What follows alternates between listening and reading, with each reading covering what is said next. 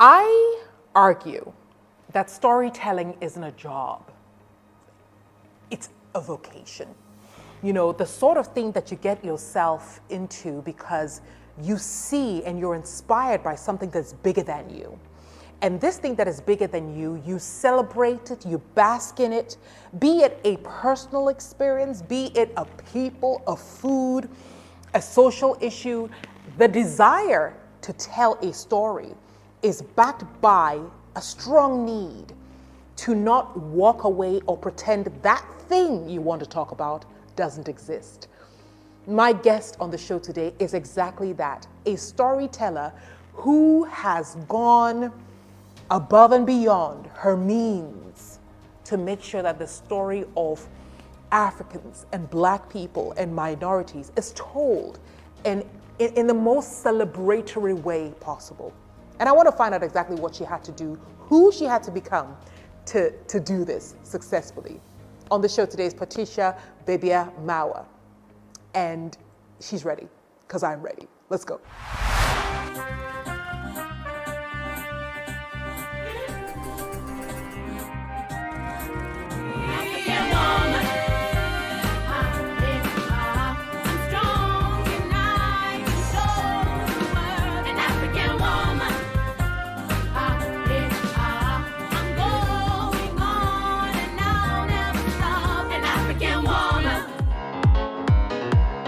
Patricia Bebia Mawa has served as president of Planet Africa Group, the executive vice president of Afroglobal Television and Silvertrust Media, the largest Black-owned media organization in Canada.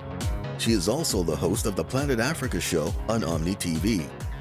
She has directed and produced over 15 television programs, including The Golden Button and Standing Ovation. Patricia is the associate publisher of Excellence, Envision and Destiny Magazines. In 2008, Silvertrust Media introduced the Discover magazine series, which has since released over 20 titles and editions in various countries. Listed in the Who's Who in Black Canada, she is a recipient of the York Regional Police Civic Leadership Award, the Martin Luther King Dreamkeeper Award, and a Queen Elizabeth II Diamond Jubilee Medal. The mother of four is the co-founder of the Crossover Mentorship Program, a youth empowerment initiative. Patricia was spotlighted as Woman of the Week in Women's Post and also featured on CNN International in a half-hour special with her husband Moses. In March 2016, the duo launched Afroglobal Television, a 24-hour television channel that is on Rogers Cable, Bell 5, Eastlink, and TELUS across Canada. In 2018, Patricia and Moses co-authored the 150 Extraordinary Canadians Legacy book with a foreword by the Right Honourable Justin Trudeau.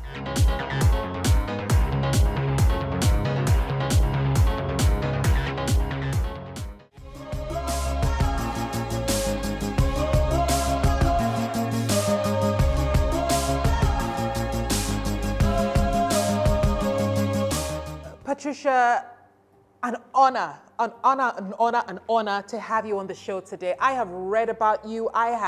Listen, if anything, I have stalked you. Patricia, it's easy to read your bio. It's easy to look you up on LinkedIn and think that you rolled out of bed one day and you snapped a finger and you had everything that you wanted. You know, everything you have right now just happened. But I'm sure there were steps to becoming who you are. There were steps on this journey. Describe those steps to us. Wow, interesting that you talk about steps, because, you know, when you're a trailblazer and you're doing things that have never been done, and you're, you know, kind of breaking glass ceilings, you're just, you know, armed with determination and a whole lot of guts. It's after the fact that you look back and say, okay, I did A, B, C, D to achieve, you know, what I've achieved. But when we set out to do what we're doing, we're just, you know, determined people with a lot of guts and believed in the vision. And I think those three ingredients actually, you know, kept us focused and gave us all the, you know, energy and momentum that we needed to do what we needed to do. So Patricia, at which point did you say to yourself, listen, I'm going to be extraordinary. I'm going to do something that nobody's ever done. I'm going to create a blueprint? Wow, interesting. So my career in the media started in Nigeria. So when I was in high school, my friends and I, we actually got into university, but it was this protracted strike, of the lecturers. And so while we're, just sitting there at home doing nothing, we decided to start a theater group. And I used to write the plays. So I've been writing right from when I was really young. So I used to write the plays and moderate the plays, and then, we'll put the plays, up in the community. So when we went to university, I continued to do that in church. So one day, after moderating a play that I had written, a fellow came up to me and said, he had a TV show he was working on, and he's looking for a host, and wanted me to audition. And I was just in first year university. So I said I was in school, and he said, don't worry, it's going to be on weekends. So that was how my career in the media started. And then after, I finished my school, all I knew how to do was, being a TV host and producing. So I continued and found a job, and I was hosting a daily talk show in Lagos, Nigeria, before migrating to Canada. So when I came to Canada, I met my husband, Moses, who actually has studied film studies and was in the media. So he used to produce, events and, do photography and videography and stuff like that. So, and at the time he was trying to get a show on TV. So when we met and he realized that I was, in the media in my home country, we kind of started to join forces to try and start a TV show. So we got a few no's, we got so many no's because there was really no show like what we're trying to start on television in Canada at the time.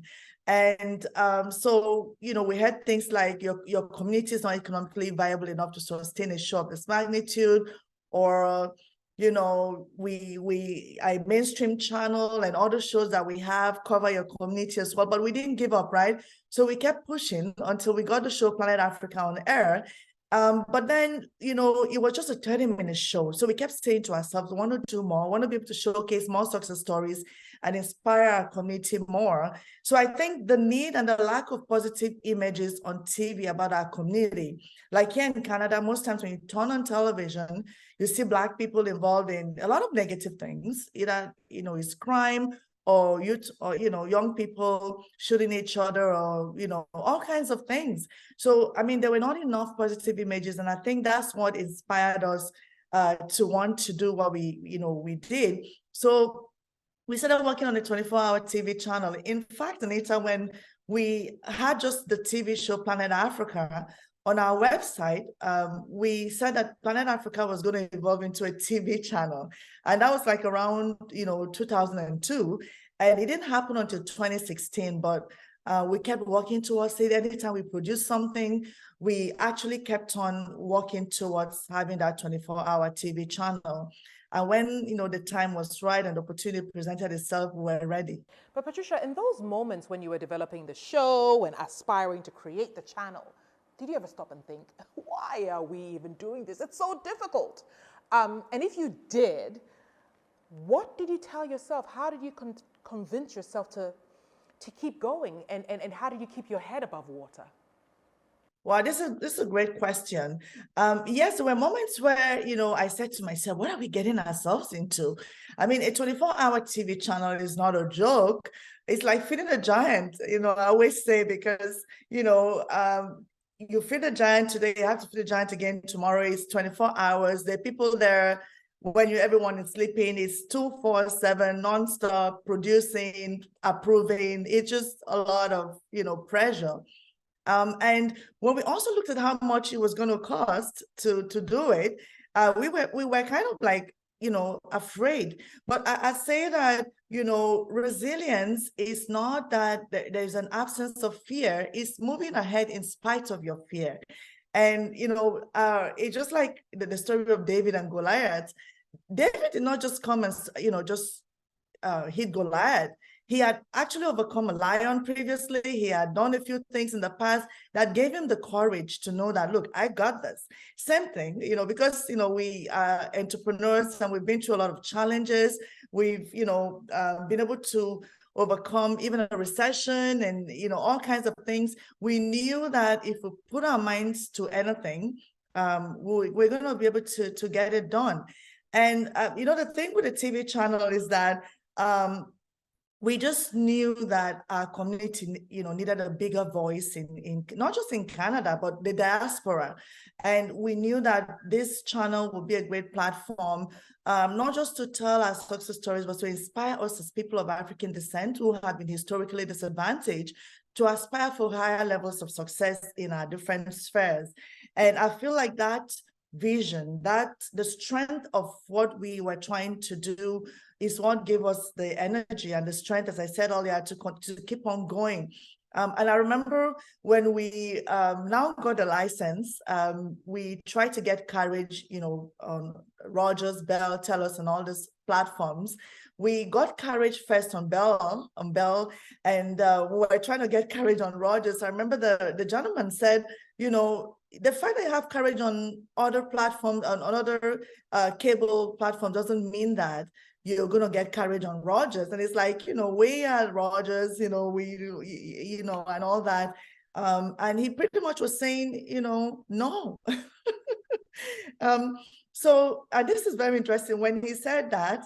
So, something just came over me and I began to speak. I spoke very passionately about why we're doing what we're doing. And this man said, I have never seen such passion. Most of the people that are coming through our doors are just doing this as a business, but you're doing this for the right reasons. And he said, to us, you have an angel at Rogers. And eventually we got, coverage on Rogers and all that.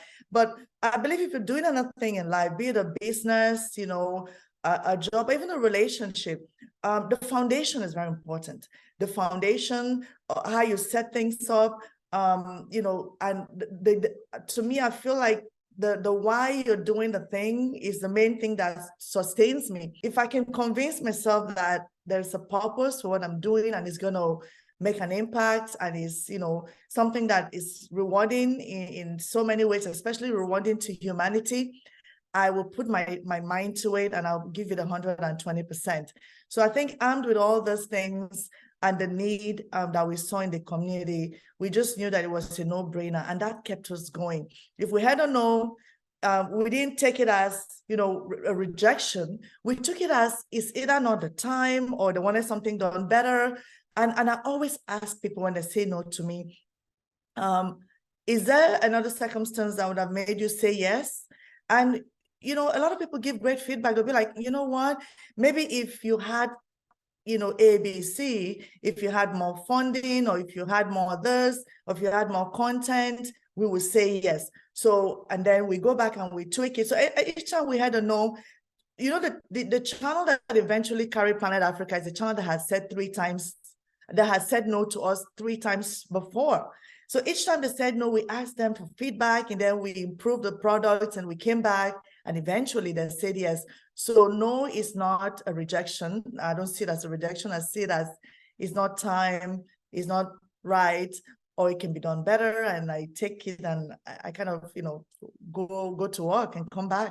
So Patricia, wait, when you now look back at the many no's, are you grateful that it wasn't so easy? I mean, did the rejection sort of mold your personality?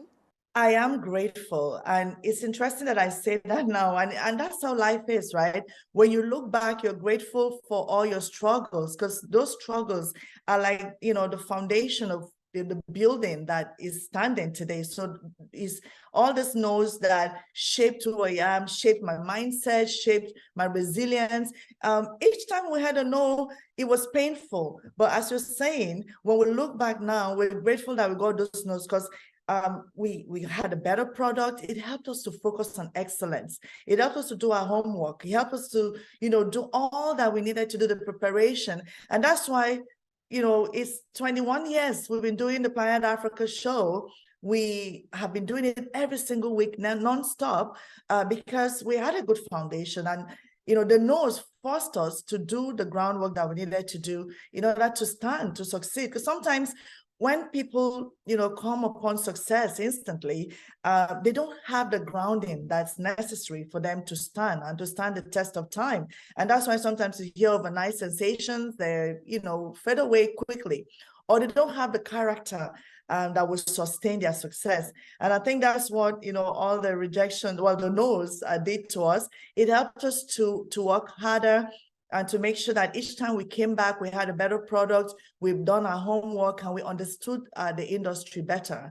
So I would say to anybody out there, if you're getting any no's, do not take it too hard. Do not, feel bad about that. It's a feedback. Everything is a feedback. Yes, it's a feedback. No, it's a feedback. And just take the feedback and improve on what you're doing. And all those things will help you to have the foundation that you need to be a better entrepreneur, a better employee, or a better whatever you're trying to do. So Patricia, there was a breakthrough. The breakthrough eventually happened.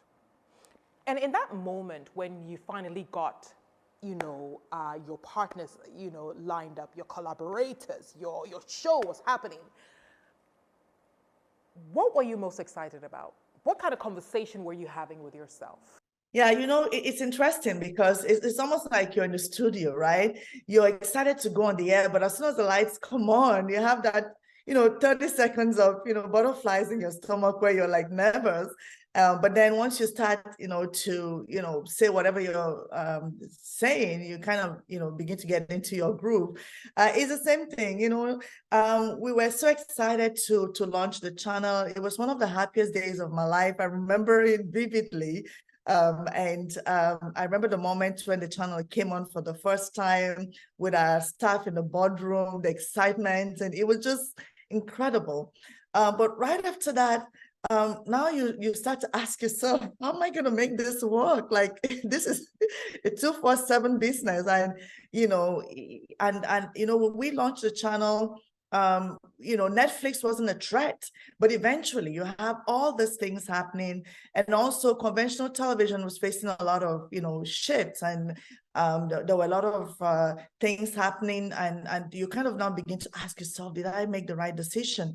But, what I've always believed is that if you are creative and innovative, and if you're willing to not just to surrender to the tides, you will sail. It's like, when a sailor when the ship is sailing and the waves are on, if you do not surrender to the waves, if you keep, plowing towards against the wave, you actually will sail eventually.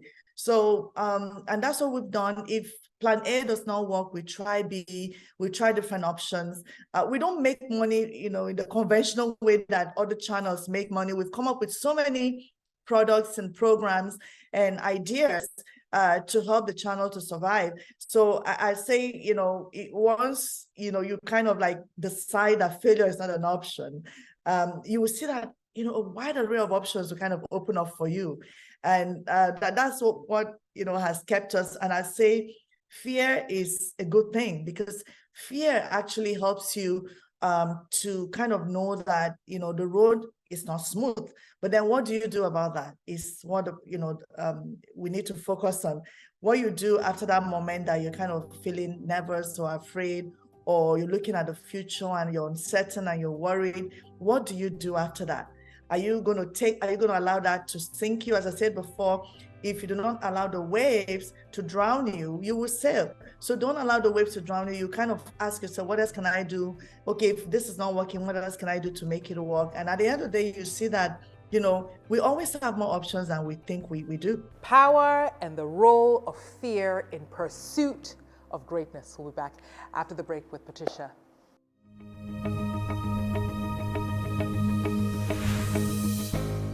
Authenticity, it's power. And if you take authenticity and you attach it to a story you're hearing, trust me, you feel a surge of energy, positive energy.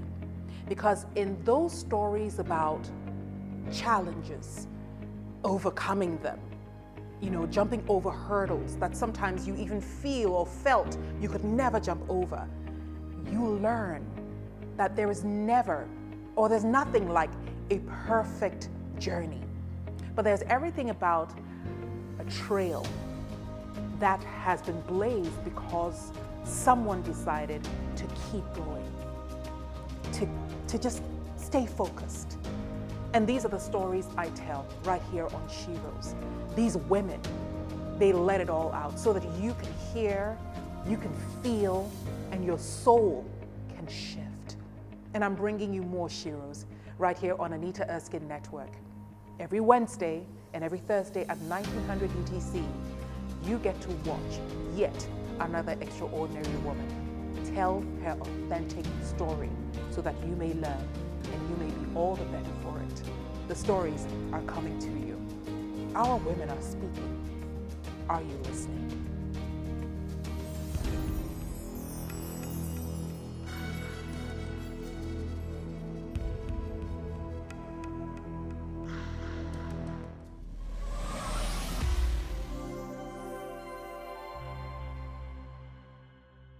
You're welcome back. Now, Patricia, earlier on, you talked about moving to Canada from Nigeria, right? And I think, and I know that even though Canada became your home, today I can genuinely celebrate you for being this African who has excelled, you know, and so you spotlight the beauty of the continent and you spotlight the ability of the continent and the ability for all of us to literally be exceptional wherever we live, all of us Africans. What would you say is your connection to Africa at the moment? How do you serve your continent in your capacity as as the versatile businesswoman you are right now? You know, to answer your question directly, we, on our channel, for instance, we show 2 African movies every single day. We also show African music. We have also, you know, licensed some shows that are straight from the continent that showcase the best of Africa and the diaspora. Our tagline is the best of Africa and the diaspora. And this is because the mainstream media shows enough of the negative parts of Africa, and our goal, we feel that our mission is to showcase the Africa that, you know, is not often showed in this part of the world. I feel like the West, well, the mainstream media sometimes are eager to exploit the worst of us. And this has affected our brand, you know, as a people so badly. So we constantly make sure that we showcase the best. And we also started this award show. It was previously called the Planet Africa Awards, but now it's called the Afroglobal Excellence Awards, where we bring high achievers, leaders, innovators, people of African descent from all over the world, including from the continent, to celebrate their achievements with people of goodwill, both here in Canada and internationally. We brought people like Yvonne Chaka Chaka. We brought Wole Soyinka, who was a Nobel Prize winner. A few years ago, we brought the daughter of Martin Luther King Jr., Rita Marley, the wife of the legendary Bob Marley. We also honored the Prime Minister of Jamaica, Portia Simpson Miller, the first female Prime Minister of Jamaica. Now, the reason we do this is so that we can actually, as the African diaspora, we can see what we're doing, not just in our little corners, but in other parts of the world, and also on the continent. So I would say that we are an organization that's very conscious about our roots, and that shows in everything that we do. And our name, Afroglobal, Planet Africa, means that it doesn't matter where you're from on the planet, as long as you're connected to Africa by birth, friendship, or other means, you're part of the vision. So, and that's why when you watch a channel, you see programming from not just the continent, from the Caribbean. So whether you're Afro-Brazilian, Afro-American, Afro-whatever, you're part of the Afro-Global and Planet Africa vision. So on that note, I bring to you the essence of Africa's women. From where you sit, how do you see Africa's women? What's your view of our fight for gender equality? What's your view for where we are and perhaps where we're going? When I think about, what women, especially in Africa, go through on a daily basis, in some parts of, the continent, it's sad, and sometimes it can be depressing. But I know that a lot has been done. It's not where it used to be, but it's not where things are not where they should be. Women are still marginalized, and understand we come from a patriarchal, society. And I think, in Africa, we take patriarchy to a whole different level. Like when I grew up, I mean, the mentality that I had was, the father or the husband, is the head of the home and has to provide for the family. And, the man is like this, figure that is almost worshipped. And, be it at work or at home. So because of this plays out in other facets of society where even, at work, there's pay inequity. And this is because it is just generally believed that the man, should be in a more prominent position than the woman. So if you see a man and a woman doing exactly the same thing, even if the woman is doing better, the man is like the head. But I think that is changing because we've seen a lot of powerful women who have emerged and have done really well. Like we've seen Ngozi Okonjo-Iweala. We saw Ellen Johnson, who I interviewed a few years ago, who rose to become, the president of Liberia, and so many other powerful women who have done amazing things. I know that these women are like, they're like candle lights, just standing and illuminating the path of other women who are aspiring to do better in their different fields. But the other thing that I think we need to do more of in Africa is to protect women, because there is still a lot of violence against women that, are not taken seriously in so many parts of Africa because we don't have the laws to ensure that, men are punished, or even if there's spousal abuse, that the men are, punished. And so women continue to be oppressed, by people that are supposed to protect them. And society just stands on watch and just think that is okay. So I would say, in terms of economic empowerment of women, that is still lacking.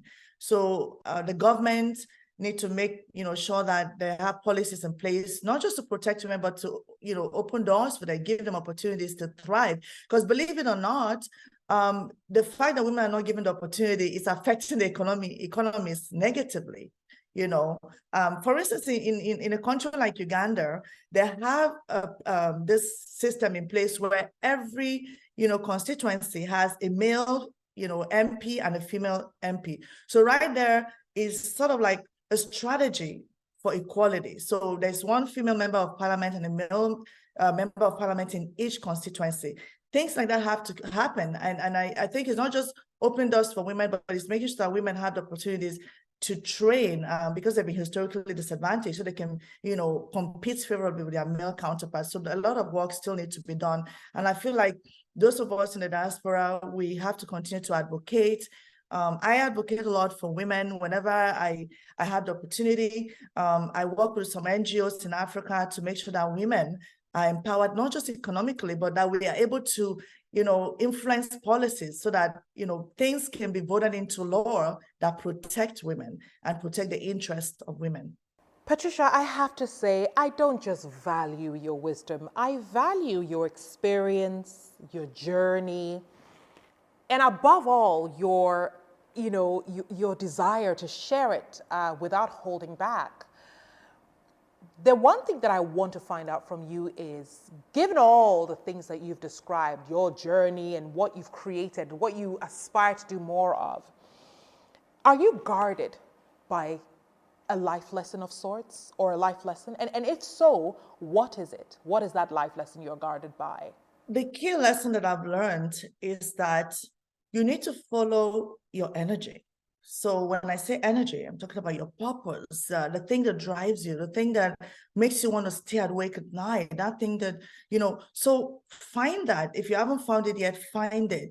And I think once you find your purpose, begin to walk towards it, because sometimes when you find your purpose, then you're afraid because you may be in a completely different path, but just make sure that I believe that I was born to do what I'm doing, and God orchestrated things and kind of pushed me towards this line, and I'm very grateful for that. But some people don't have it that easy. They have to find it, and then they have to, pursue it if they're in a different path. But just find. But if you don't know that yet, I always believe in doing my best wherever I am.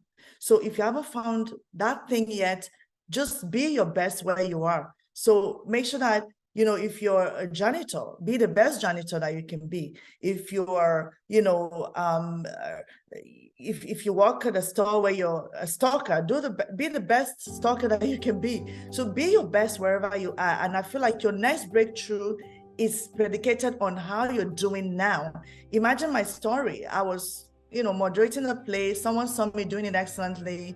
The rest is history. I'm here today because I was doing something that was not even a job excellently. So my wisdom that I will share that has helped me to be who I am today is not undermining any opportunity. Just do your best wherever you are. Hi, my name is Anita Erskine, and there's so much I want to share with you on Anita Erskine Network. So you've got to subscribe and hit that bell button so that every single time we've got something new, you get notified. I'll see you on the other side.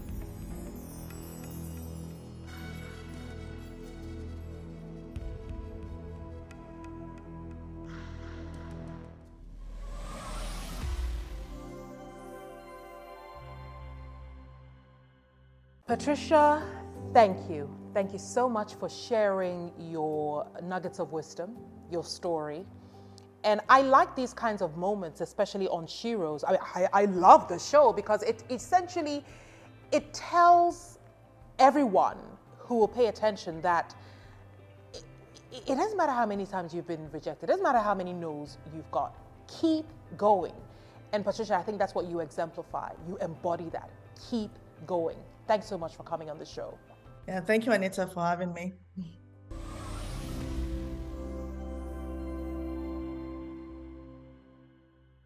It's a boss lady thing.